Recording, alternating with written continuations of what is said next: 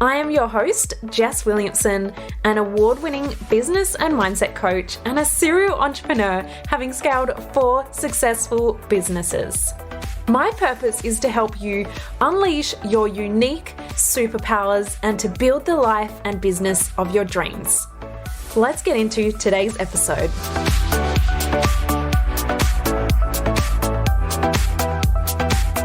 Today, I am joined with Milana. She is a sales and business coach who specialises in helping online business owners to actually sell out their offers and build wildly successful 6-figure businesses using her blend of NLP and also sales psychology. Milana is a former corporate lawyer who turned to online entrepreneurship after she had her first baby and could no longer identify with the hustle culture and 50-plus hour working weeks, which I think we can all relate to. She built her first business from 0 to 6 figures in just 9 months and is on a mission to teach other online entrepreneurs to do the same without sleazy sales tactics or burnout. And I know that so many people struggle with this idea of sales and not wanting to be salesy. And Milana is an absolute expert at teaching people how to do this in a way that feels good. So let's get started. Hey Milana, I am so excited to have you on this episode of Couch Chats to share all of your expert knowledge on sales. Hi, I'm so happy to be here. Thank you for having me. So obviously if people had a look on your Instagram or your website right now, it's pretty clear that you know a thing or two about making sales and doing it in a way that is not salesy or really yuck feeling. So tell us about the journey to get here, because as we all know, everyone has a backstory, everyone has challenges that they've overcome to get to where they are today.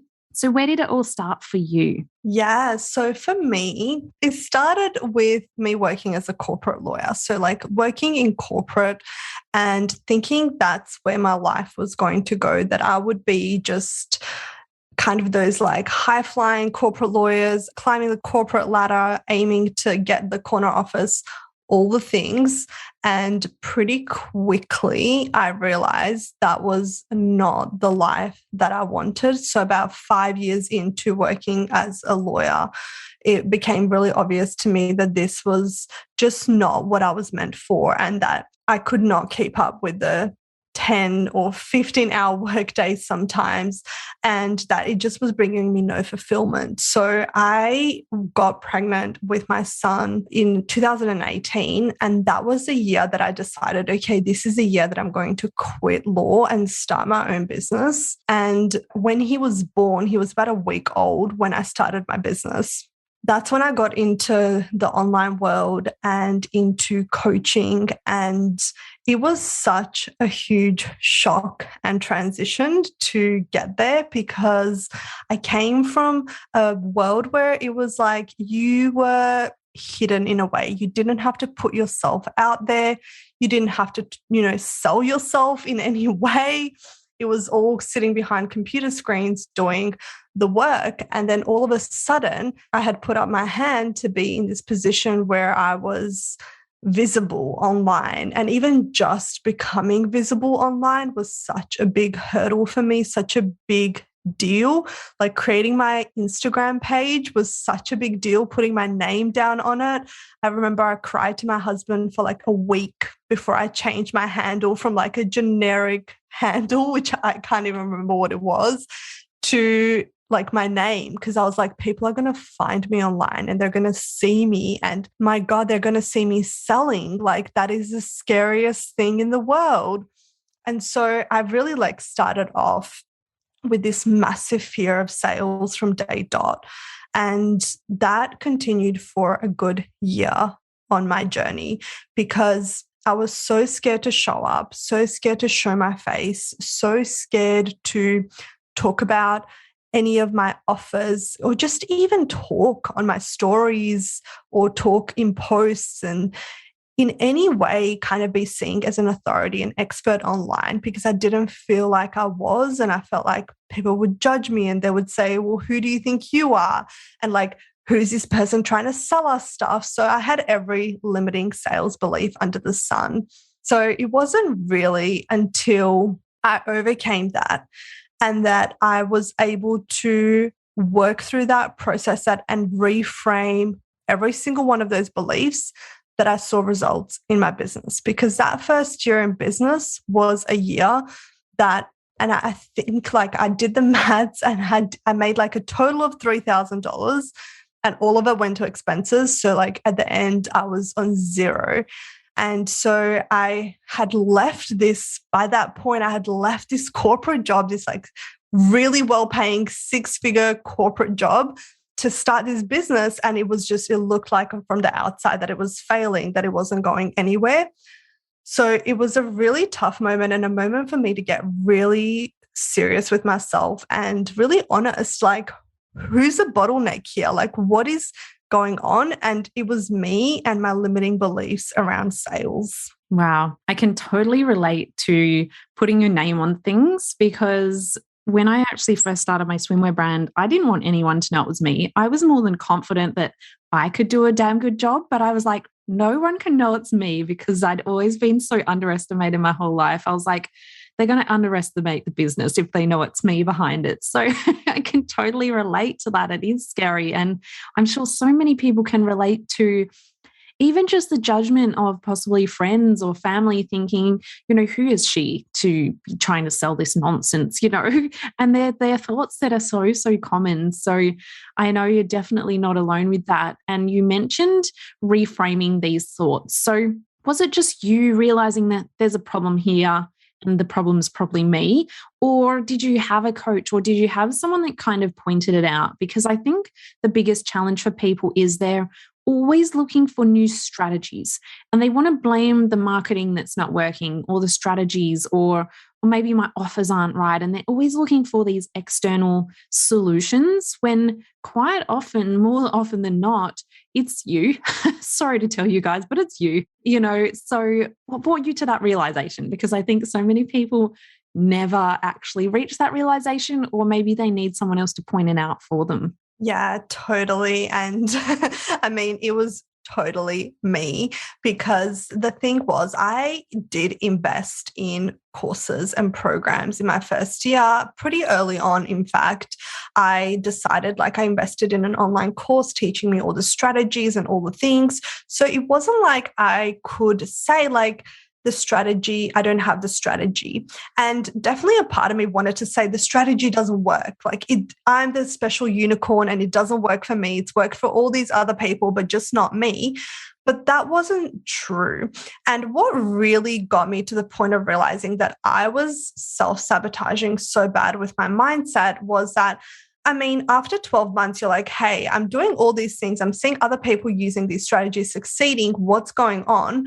But I also, at the end of that year, I took Nlp training. And I know you're Nlp trained as well, which is so amazing, because for me, that was a big, huge pivotal moment in realizing how my mindset was operating behind the scenes subconsciously in ways I wasn't even aware of.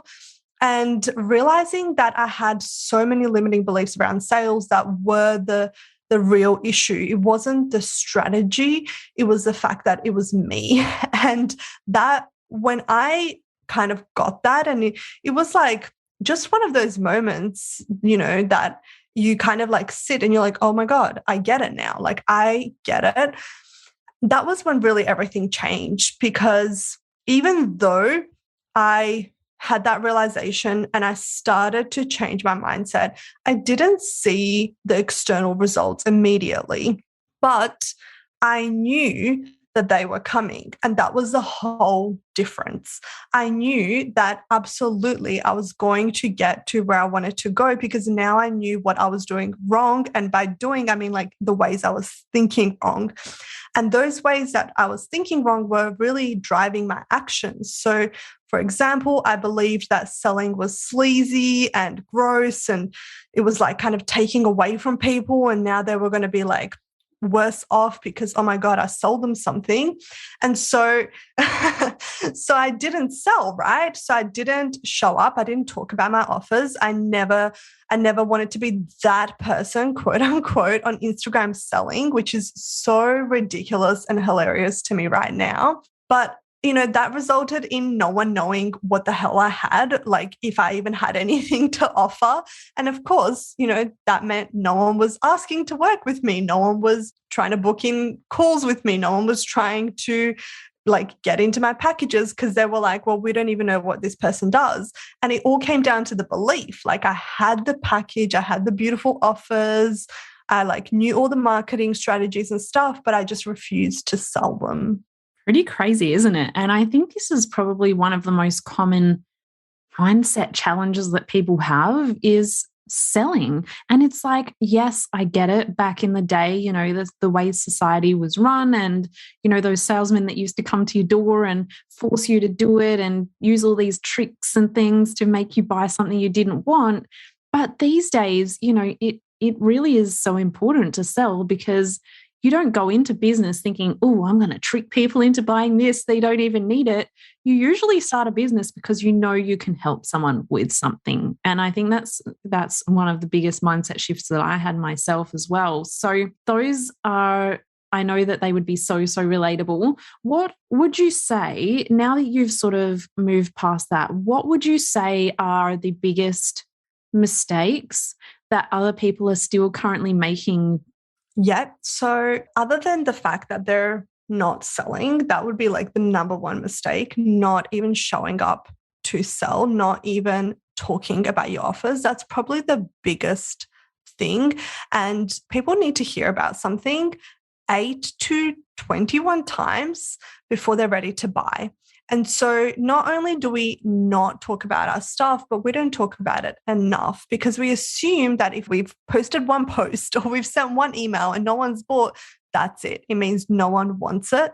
And that's just absolutely not true because especially when you're selling online services, if you're a service-based business owner, people really need to hear it multiple times before they actually progress through the decision-making progress that a buyer progresses through to make a decision to buy. And this is particularly the case for higher ticket offers, anything that's on the high price end, right? If you're selling something for $7, fine, people probably are going to make a very quick decision whether it's a yes or no. But if you're trying to sell them something in the hundreds or the thousands, they're going to need a minute. And so not talking about your offers enough is probably the biggest mistake that I would say. And then the other big mistake, and this is again all mistakes that I made myself, is really just not warming up your audience to your offer. And what I mean by that is a lot of the times we have an idea and we kind of gear ourselves up and we overcome the mindset block. We're like, okay, I'm going to do this. I'm going to sell. I'm here for it. And this was me. And then you show up and maybe, you're selling through Instagram or emails. It doesn't really matter what platform it is, but you go on and you announce this thing. You're like, I have this thing. Who wants it? And then it's crickets. And the mistake there is that there was no warming up. We've dropped something cold on someone and they're in mild shock. They're like, what is this? Where is this coming from? I don't know why I need it. I don't understand what the point of this is and I'm not about to buy it. And we get discouraged and think that we're doing something's wrong with our offer.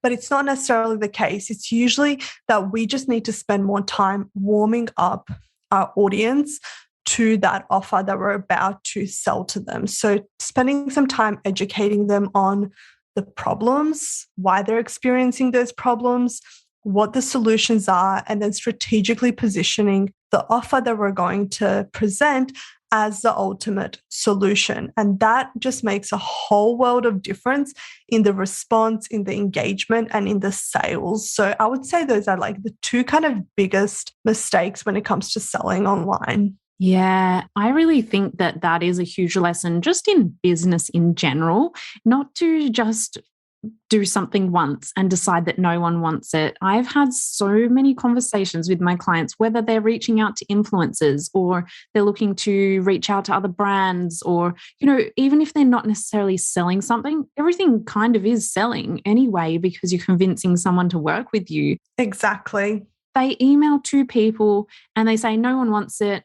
Jess, what other strategy can I try? And I'm like, how about you email 50 and then get back to me, or email 100 and get back to me? And when I first got my very first wholesale order, I emailed 5,000 people one by one individually for a whole year.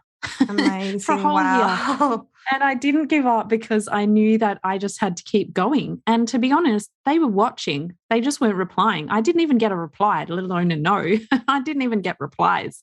And I just kept going. And they were watching what I was doing behind the scenes. And after a year, they placed a $20,000 US dollar order. And it was like, it pays off. But so many people are looking for these quick wins these days. And when it does come to business growth or sales, you do have to communicate it a ton of times. And I think that is such a valuable lesson for anyone to take away just in business in general. Yeah, totally. And not even just like communicate it a ton of times, but like if you don't get the result you want, you keep going until you do. And that's really the mentality that I encourage my clients to have as well, which is like, there is no such thing as it didn't work. It's just like, this thing isn't working how I wanted to, but there is something that is going to work and I'm going to keep going until I have that result. And so I often ask my clients things like, if you knew 100% that if you talked about this thing 50 times that 10 people would buy, would you do it? If you had this guarantee, like there was a universal guarantee paper sent to you that you and the universe signed and said, if you talk about it this many times, you will 100% get this many people, would you do it? And the answer is like, yes, of course I would. And so that has to be the mentality from the get-go. That's how you have to approach business, that no matter what, I'm going to do this because this is going to get me the result that I want, versus I did it once, it didn't work. What else is there? And then we're like, get into strategy skipping, which is just a spiral to a bad place. Oh, I love that question. That is so valuable. And I think people are often looking for that guarantee. And the problem is you're not going to get the guarantee until you do it. So it's kind of a catch-22, but people are like, yeah, of course I would do it. And then it's like, well, why aren't you doing it then? So just having that belief is a huge mindset shift in itself. I am interrupting your listening because I have something super exciting coming up. I am running a free masterclass on the 19th of January, and you can register now. The masterclass is going to be all about the 3 unspoken rules of 5-figure months that don't involve hustling harder. So if you're wanting to create more income in your business without sacrificing your lifestyle, then this masterclass is for you. You can register now and save your spot via the link in the show notes. Otherwise, head over to my website, jessicawilliamson.com.au, and save your spot. I'll see you there. How much do you think mindset plays a role in sales? Because, people are always talking about, oh, you have to do this funnel, or you have to take these 5 steps. But we know that probably comes down to that mindset, similar to your story. So how much of a role does mindset play in sales? I would honestly say, and like I say this all the time, is that mindset comes first and the strategy comes second. And it's like 80-20. Like mindset is 80% of the whole game, and then the strategy is the 20%. And it really works in so many different ways. Like one of the ways is like what I was saying earlier, the way that your mindset operates right now equates to the actions that you take. So if you believe that no one wants your stuff, you're not going to talk about it. If you believe that it's bad to sell, you're not going to talk about it. And, that obviously means no sales. But in the same way, when you are selling, there are so many other things that I have a very logical side to me. So like, I love knowing that there is so much evidence for these things, like studies that show that, it's really our body language that is communicating way more than our words. So if you just have these subconscious beliefs around your offers and your products and the things that you're selling that are negative or limiting, just the way you communicate, just the way you talk about it is going to translate, and someone else's subconscious is going to pick up on that, and they're going to be subconsciously turned off. So there was like one study done where all they did was monitor salespeople. So like, I think it was like telemarketers on the phone, and they figured out that just by their tone of voice and how much they were talking and like the words they were using, they could like create an algorithm to predict how successful the call would be in terms of getting the sale. And they could predict it with like an 80+% accuracy, which was insane. And it all came down to how much the person believed in the thing they were selling, how confident they were in selling it. And that all translated just through their tonality, their tone of voice, the words they were using, how they were speaking. And that played such a big role in the success of the sale, because everyone was selling the same thing. But the ones that were getting the sales were the people that were like enthusiastic and confident. And they believed that this thing was like the best thing since sliced bread. And so they were getting like really great results versus other people who were selling the same thing, but they just weren't getting the results. Yeah. Wow. That is so, so powerful. So what would you say would be one of the best tips that you could give someone right now who's maybe not seeing those sales or not getting the results that they're wanting?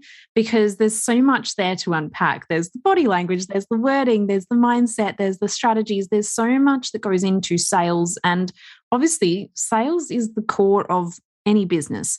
Even if you have a product-based business, it's how you communicate through your emails, your website wording, all of these things play a role in so many different ways. But what would be one of your best tips or places to start for people that are maybe really wanting to start improving their conversions? So two things. One of the things is the mindset.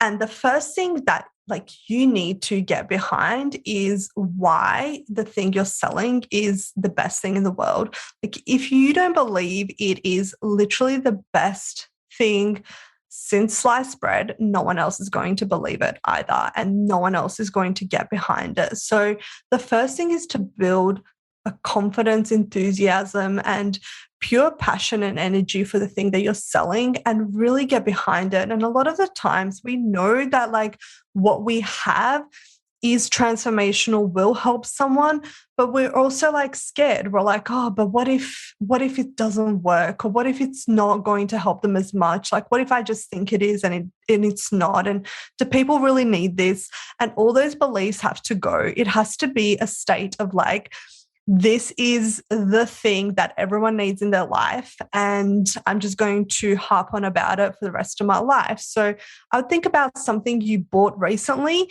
that you couldn't stop raving to your family or friends about, right? Something like a product or something that you're like, this was so good and I just have to tell everyone. And I know for me, when I read a good book, I will force everyone that I know to buy that book. I do not care what their book preferences are. I'll be badgering them until every single person has bought the book and they're about to read it, because I'm so passionate about it. And so you have to think about your products and your offers in the same way. How would you sell it if it was something that you just loved so much? How would you show up for it? And then the second more strategic thing is, when you think about selling someone, selling is really just getting someone on board with your belief, right? It's shifting someone's belief. And so when you are trying to shift someone's belief and you're trying to get them to see your point of view or do something you want, right? I often say that my favorite person to practice sales on is my husband because I'm always trying to convince him of things that we need around the house that he might not necessarily agree on. So I have to sell them to him. But when it comes to that, you have to sell to someone in terms of what they want and the value they're looking for. So if you can articulate the value in a product or in a service that the other person is looking for, that's when you win in sales. Because if you're just trying to sell it from your point of view, it doesn't work, right? If I want my husband to go to like a day spa with me, and I'm like, oh my God, I really want to go. This is going to be great. I can't wait to like get a massage and get my nails done. And you can just like sit around, wait for me. He's not going to be very enthusiastic and it's not going to sound fun and he's not going to be on board. But if I sell it to him in how it benefits him, and I say something like, well, while I'm there, you can like watch football highlights and you can grab a coffee and you can really relax. And if you want, you can get a massage too. And because the spa is close to this place that you like, we can go and get lunch at your favorite lunch place. Now he's on board. Now he's like interested because it benefits him. So it's really important to not just think about what you're selling in terms of the features, but in terms of the benefits to your customer, right? So you're not selling someone a dress, you're selling them confidence, you're selling them how they're going to feel in that dress.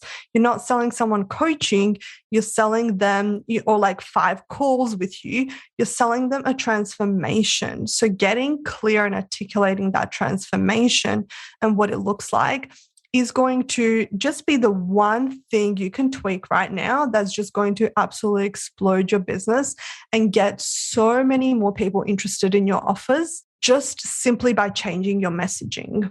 Yeah. Oh my gosh. So powerful. What would you say to someone who's sort of thinking, okay, that's great, but how do I know what my audience want or how to sell to them? Because with your husband, you know what place he likes and he likes footy and things like that. So for a lot of people, I see them get really stuck on understanding their audience. So what would be your tip for them to figure out what that is? Yes, that's such a good question. And that it really does like come back to the unsexy side, right? Of running a business, which like this is where market research comes in. And I know there's probably people cringing at that word, like, oh, not this. But if you don't know what your audience wants, how can you possibly sell to them? How can you possibly ever get them to get on board, right? Like you said, I know the things that are going to sway my husband to say yes. I know how like I'm going to sell him things because I understand what his core desires and values are. If you don't know that about your audience, then you need to do the market research. You need to start to understand it. And it's not, a lot of people will be like, okay, well, how do I start with market research? It sounds so daunting, but it really doesn't have to be. And it doesn't have to be this like drawn out, lengthy process, nothing crazy. You just need to go, and there's ways you can do it passively and actively, but get on the phone with 5 people. When people are like, well, I just don't know how to position this offer because I don't know what my people want. I'm like, well, have you talked to them? Like, have you gotten on the phone with like 5 people? Have you invited them on a call and asked them questions? And they're like, no. I'm like, well, start there, right? So start with getting some of your ideal clients on the phone. Do a 15-minute phone call, give them something in exchange and ask them questions. What about this would make you want to say yes? What is the core desire in you achieving this goal? What would achieving this goal mean for you? So on and so forth, and like find out.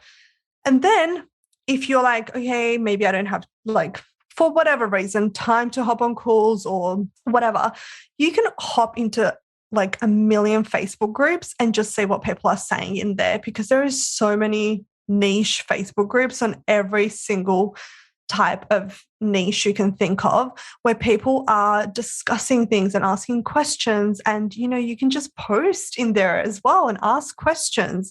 And it can be really as simple as that. Yeah. Oh, that is so valuable and so simple, but so many people don't even think of it. They're just like, I don't know, and I'm just going to not sell then. But it's so simple, and it seems like common sense. But so many people just skip that step and they either try and guess or they just continue selling the way they've always sold. So I think that is super valuable to really get those foundations in check first. Get the mindset sorted, understand your customers, and then go out there and start selling. So there's been so much value jam-packed into this episode. So thank you so much for sharing all of that, for sharing your journey as well, and all the valuable tips around sales. Where can everyone connect with you if they want to follow along? You share a lot of awesome tips on your Instagram and also on your podcast as well. Yes. So if you hop on over to my Instagram, which is at Milana Sarenac, I show up there pretty much every single day and I share all the sales things. And same thing with my podcast, Magnetic with Milana Sarenac. We talk all things sales. And I just really believe in the power of someone being an empowered salesperson and stepping into a role where they love sales. And that's my mission, for people to walk away and go, I love selling. Selling's fun. Selling's easy. So definitely come on over. And if there was something I said in this episode that really resonated, definitely drop me a DM and let me know. I'd love to hear from you. Amazing. Well, thank you once again. And we will chat real soon. Thank you. All right. So I'm going to keep this short because I bet you're raring to go to start selling and sharing all of your offers with the world. But if you did enjoy this episode, please do make sure you screenshot it and share it to your social media and help spread the word, because this episode was absolutely jam-packed. So if you do share it, make sure you tag myself at Jess Williamson 8 and also Milana as well, and we can share the love right back. Thanks again for tuning in, and make sure you hit that subscribe button so that you can be notified when there is a new episode. I will see you next week.